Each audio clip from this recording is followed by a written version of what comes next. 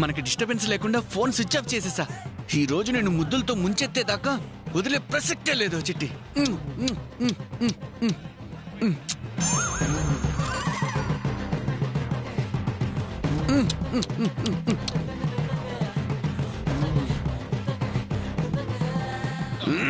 చిట్టి ఆగు చిట్టి ఆగు. బుల్లిబావింది మారుతిని ఇంత లొలి చేస్తుండు. మనం ఎంట్రీ ఇవ్వకపోతే గలీజ్ అయ్యేటట్టున్నది.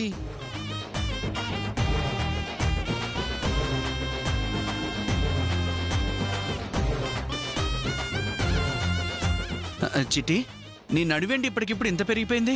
గది సిట్టి నడు కాదు, మారుతి నడు. మారుతి నువ్వేంటి ఇక్కడున్నావు? ఏంటి నాని బాబు ఆకాశమా?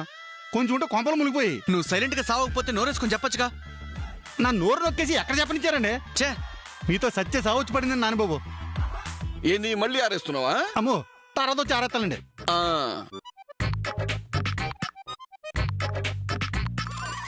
ఏంది బావా ఇది సిగ్గే? ఇగో పత్తాలాట్లో ఎవడు ఏ ముక్కేసినా వెనక ముందు చూడకుండా ఎత్తేసుకున్నట్టు ఎవడు కనపడితే వాడిని వాటేసుకుని ముద్దులు ఇచ్చేస్తున్నావేంది?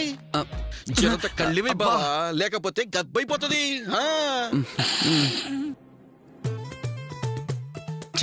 ఈ మారుతి ఒక్కడు ఎప్పుడు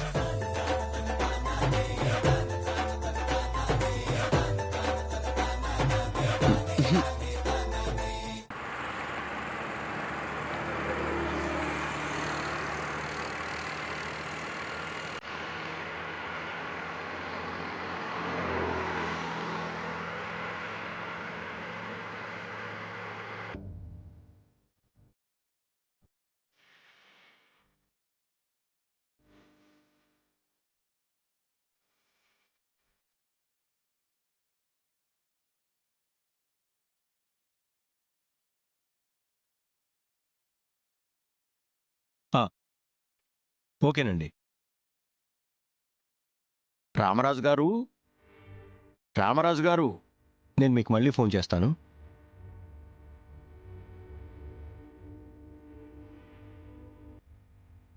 నమస్కారం రామరాజు గారు, నన్ను గుర్తుపట్టారా? నమస్కారం పూజారి గారు, రండి లోపలికి రండి.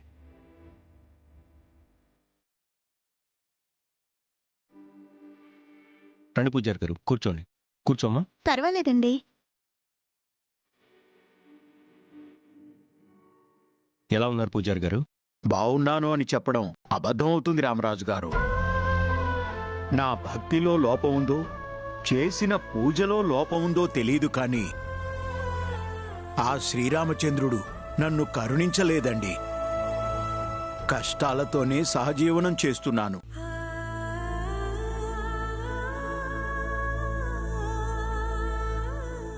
మీరు కాదు అనరనే నమ్మకంతో మీ సహాయం కోరి వచ్చాను. చెప్పండి పూజారి గారు, నా వల్ల జరిగేది ఏదైనా తప్పకుండా చేస్తాను. ఈమె నా మనవరాలు. నమస్తే అండి. సంబంధం అయితే కుదిర్చాను, కానీ పెళ్లి జరిపించే తాహతు లేదండి. మీరు దయదలచి ఆర్థిక సహాయం చెయ్యగలిగితే నా మనవరాలి పెళ్లి జరిపించుకుంటాను. నన్ను నమ్మి వచ్చినప్పుడు ఆడపిల్ల పెళ్లికి సహాయం చేయకుండా ఎలా ఉంటాను? ఉండండి, ఇప్పుడే వస్తాను.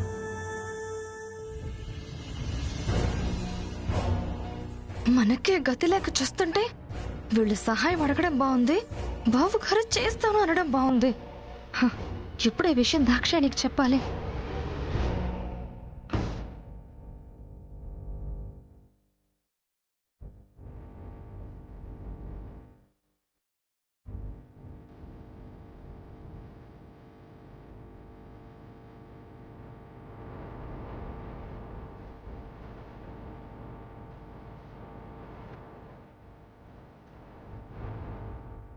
దాక్షాయణి, నీకొక విషయం చెప్పాలి.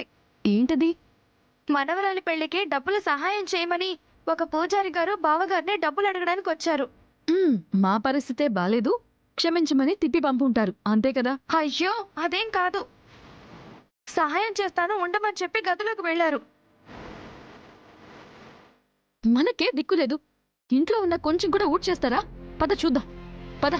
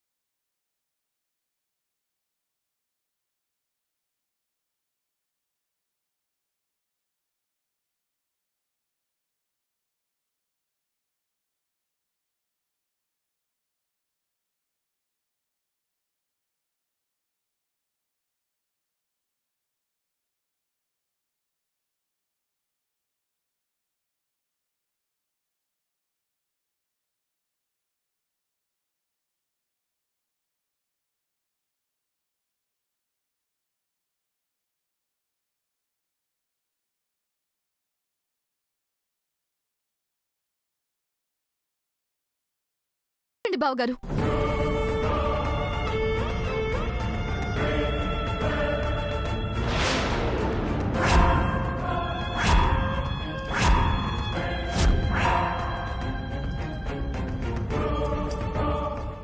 చేస్తున్నారు బావగారు? ఆడపిల్ల పెళ్ళి అంటే డబ్బులు ఇస్తున్నాను. అడిగిందే తడువుగా ఇచ్చేయడమే తప్ప మనకెలా గడుస్తుందని ఆలోచించరా? మనకుందా లేదా అని చూసేదాన్ని సహాయం అను దాక్షాయణి, స్వార్థం అంటారు. మన మీద భరోసా పెట్టుకుని ఆశతో వచ్చిన వాళ్ళని ఉట్టి చేతులతో తిప్పి పంపటం మన అలవాటు కాదు. పరిస్థితి బాలేనప్పుడు అలవాట్లు పద్ధతులు మార్చుకోక తప్పదు బావగారు. బాగున్నప్పుడు ఈ సహాయాలు దాన ధర్మాలు చేసినట్టే మనకేమీ లేనప్పుడు కూడా ఊడ్చి పెడదామంటే ఎలా అసలు? ఎవరో దేహి అన్నారు అని మనం కడుపు మార్చుకుని ఇవ్వడం న్యాయమా బావగారు? అది కాదమ్మా. వద్దు రామరాజు గారు, నా వల్ల మీరు గొడవలు పడకండి. నా తలరాత ఇంతే అనుకుంటాను. వెళ్ళొస్తాం. పదమ్మా. ఆగండి.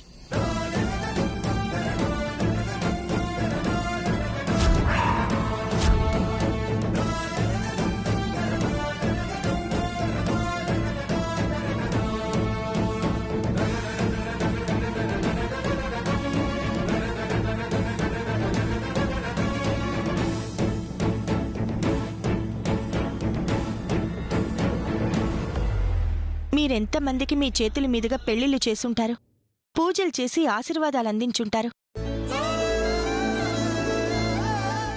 అలాంటి మీరు మనవరాలి పెళ్లి చేయలేక చెయ్యి చాచాల్సి రావడం దురదృష్టకరం.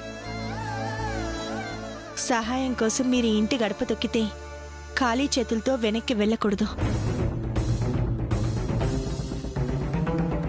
ఏమండి, మీరు ఆ డబ్బులు ఇవ్వండి.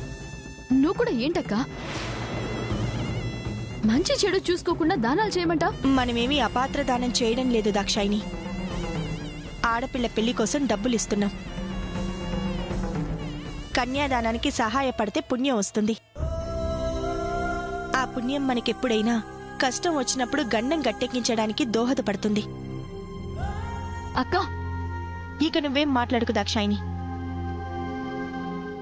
ఏమండి, మీరివ్వండి. పూజారి గారు తీసుకోండి. దేవుడంటే ఎక్కడో ఉండడు బాబు, సాటి మనిషికి చేసే సహాయంలోనే ఉంటాడు. అమ్మా స్వప్న, ఈ దంపతుల ఆశీర్వాదం తీసుకోమ్మా. వెళ్ళి.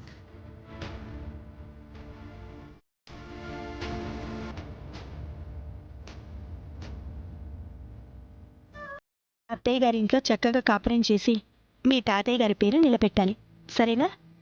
అలాగే అక్క. వెళ్ళొస్తామండి. మంచిది. మంచిదండి. పదమ్మా.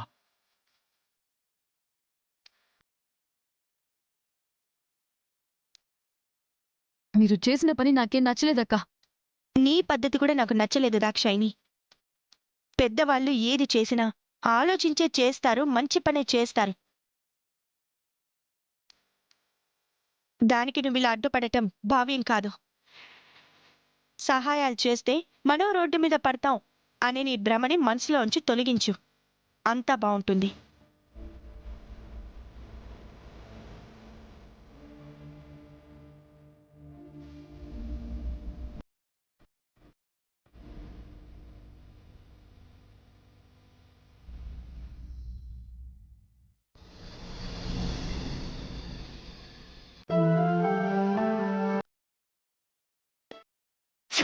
పరిస్థితి బాగున్నప్పుడు అలవాట్లు పద్ధతులు మార్చుకోక తప్పదు బావగారు.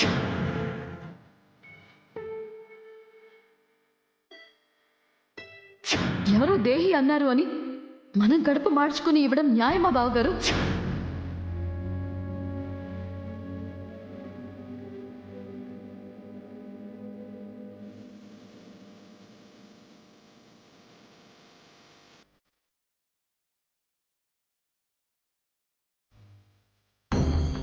ఏమండి, సరస్వతి కడుపుతో ఉంది కాబట్టి తన ఆహార విషయంలో ఆరోగ్య విషయంలో మనం కొంచెం ప్రత్యేకంగా శ్రద్ధ తీసుకోవాలి. పాపం శ్రవణ్కి అవన్నీ తెలియవు కాబట్టి అన్ని దగ్గరుండి మనమే చూసుకోవాలి.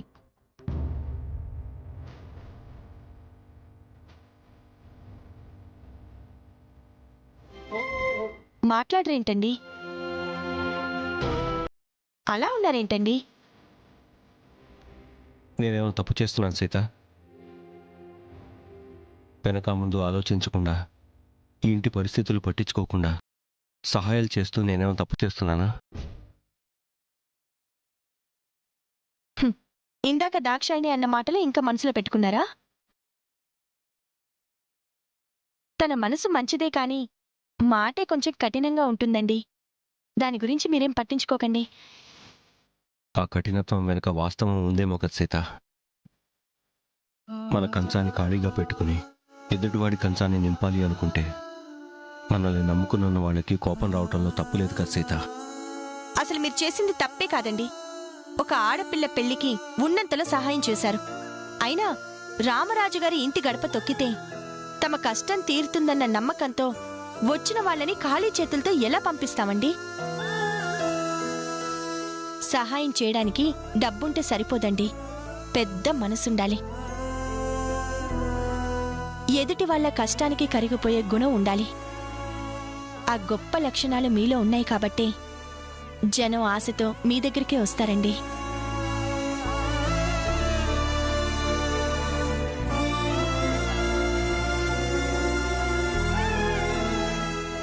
దాక్షాయిని మాట కాలంతో మర్చిపోతాం, కానీ చేసిన సహాయానికి పొందిన వాళ్ళ ఆశీర్వాదం మాత్రం కలకాలం మన వెన్నంటే ఉంటుంది.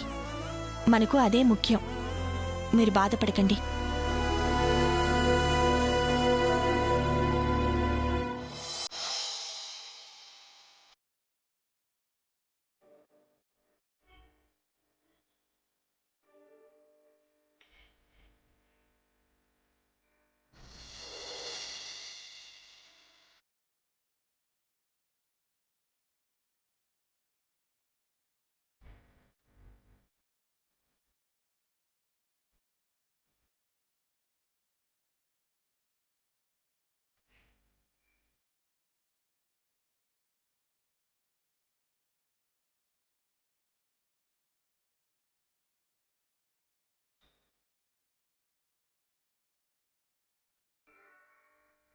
ఏం చేస్తున్నావు సరస్వతి?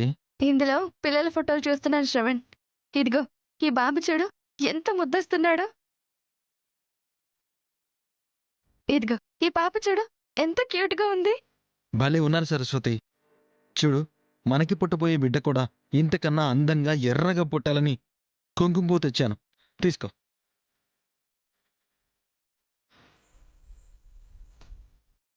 చూడు, ఈ కుంకుమ పువ్వు రోజు క్రమం తప్పకుండా పాలల్లో వేసుకుని తాగు. మనకి పుట్టే బిడ్డ మనం మాత్రమే కాదు, చూసిన వాళ్ళందరూ ముద్దు చేసేంత క్యూట్గా ఉండాలి. సరే శ్రవణ్, నాకైతే తల్లిని కాబోతున్నానన్న ఆనందం నన్ను ఉక్కిరి బిక్కిరి చేస్తోంది. నాకు ప్రెగ్నెన్సీ వచ్చిన దగ్గర నుంచి కొడుకు పుడితే ఎలా ఉండాలి, కూతురు పుడితే అలా ఉండాలి అని ఎన్నో కలలు కంటున్నాను. నాకు అలాగే ఉంది సరస్వతి. మనకి పుట్టబోయే బిడ్డ మనతో పాటు మా అన్నదమ్ముల్లో మొదటి సంతానం. అందుకే అందరూ చాలా సంతోషంగా ఉన్నారు. సరస్వతి, కుంకుమ పువ్వుతో పాలు తాగడాన్ని నిర్లక్ష్యం చేయకు. ఇప్పుడు మొదలుపెట్టు.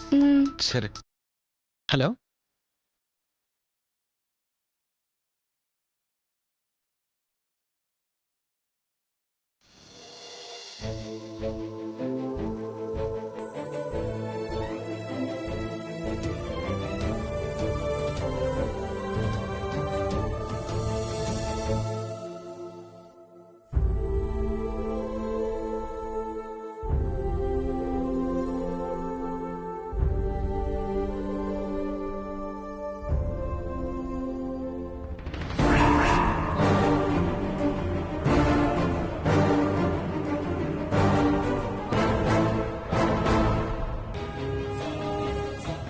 బిడ్డ మంచి కలర్తో అందంగా పుట్టాలని కుంకుమ పువ్వు కలుపుకుంటున్నావా సరస్వతి?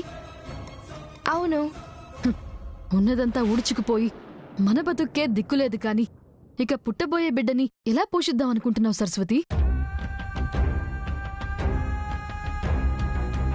నువ్వు తల్లివి కావడం మీ భార్యాభర్తలకి మన ఇంటిలిపాదికి ఎంత సంతోషంగా ఉందో నాకు కూడా అంతే సంతోషంగా ఉంది. కాని మనం ఎలాంటి అధ్వానమైన స్థితిలో ఉన్నామో ఆలోచించావా సరస్వతి? మన ఇంట్లో వారసుడు పుడుతున్నాడంటే ఊరందరినీ పిలిచి బట్టలు పంచి అన్నదానాలు చేసి సంబరాలు జరుపుకునే స్థాయి నుంచి అసలు పుట్టబోయే బిడ్డకి బట్టలు కొనగలమో లేదో, తిండి పెట్టగలమో లేదో అని కనీసం పాల పౌడర్ డబ్బా కొనడానికైనా డబ్బులు ఉంటాయో ఉండవోనని టెన్షన్ పడే దయనీయమైన పరిస్థితికి దిగిజారిపోయాం సరస్వతి.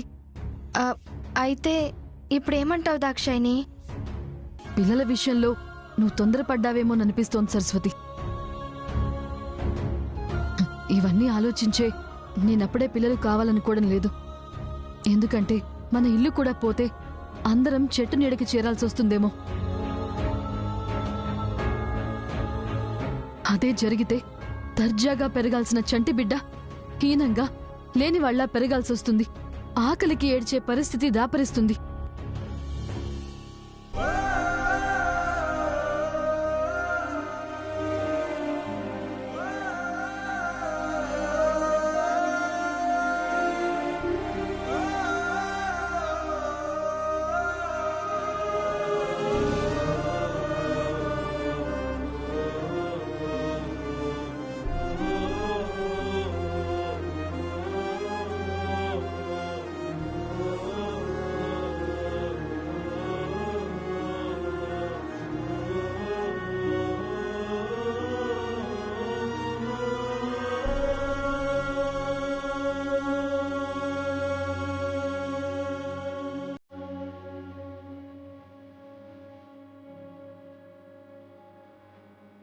హలో, డాక్టర్ గారు, నేను సీతను మాట్లాడుతున్నానండి.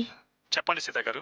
అదేనండి, నా చెల్లెలు సరస్వతి ప్రెగ్నెంట్ అని చెప్పాను కదా, ఎలాంటి ఫుడ్ తీసుకోవాలో ఎలాంటి జాగ్రత్త తీసుకోవాలో కనుక్కుందామని ఫోన్ చేశానండి.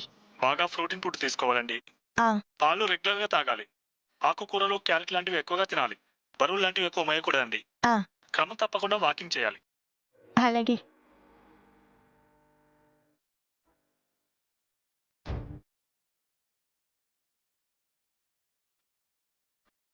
డాక్టర్ గారు, నేను మీకు మళ్ళీ కాల్ చేస్తాను. సరస్వతి, ఏం చేస్తున్నావు? ముందా బిందెలు ఇవ్వు. పర్లేదక్కా. కడుపులో బిడ్డని పెట్టుకుని ఎందుకు బరువులు మోస్తున్నావు? అంతేగా కావాలి అంటే మారుతిని పిలిచి పని చెప్పొచ్చు కదా. నేను బరువు మోస్తే వచ్చే నష్టమే ఉందక్కా. ఈ సమయంలో ఇలాంటి పనులు చేయకూడదు అని చెప్తుంటే నీకు అర్థం కావడం లేదా? దానివల్ల నీ కడుపులో ఉన్న బిడ్డకి ప్రమాదం. బిందెలే ఇవ్వు. పర్లేదక్కా, ప్రమాదం అయితే అయ్యింది. బుద్ధి లేకుండా మాట్లాడుకు సరస్వతి. తల్లివి కాబోతున్నావు, ఇలాగేనా మాట్లాడేది? ఇంకెలా మాట్లాడాలక్కా? నాకు ఈ బిందె బరువు కంటే కడుపులో పెరుగుతున్న బరువే చాలా భారంగా ఉంది. సరస్వతి,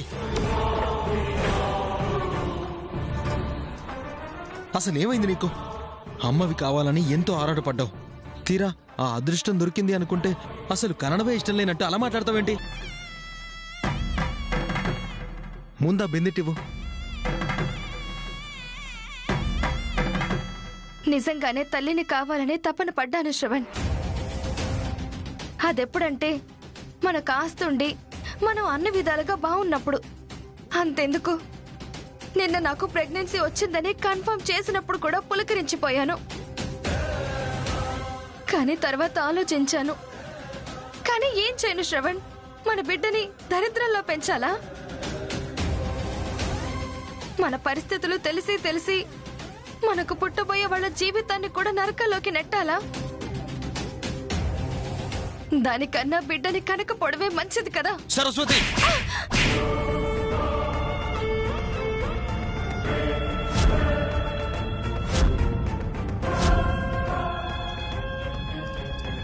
శ్రవణ్, బుద్ధుందా? కడుపుతో ఉన్న మనిషి మీద చేసుకుంటారా? తను అలా అంటుంటే ఎలా వదిన ఊరుకునేది? అరే, బిడ్డ పుట్టడమే తప్పు అన్నట్టు నోరు పారేసుకుంటుంది. అయితే మాత్రం చేయి చేసుకుంటావా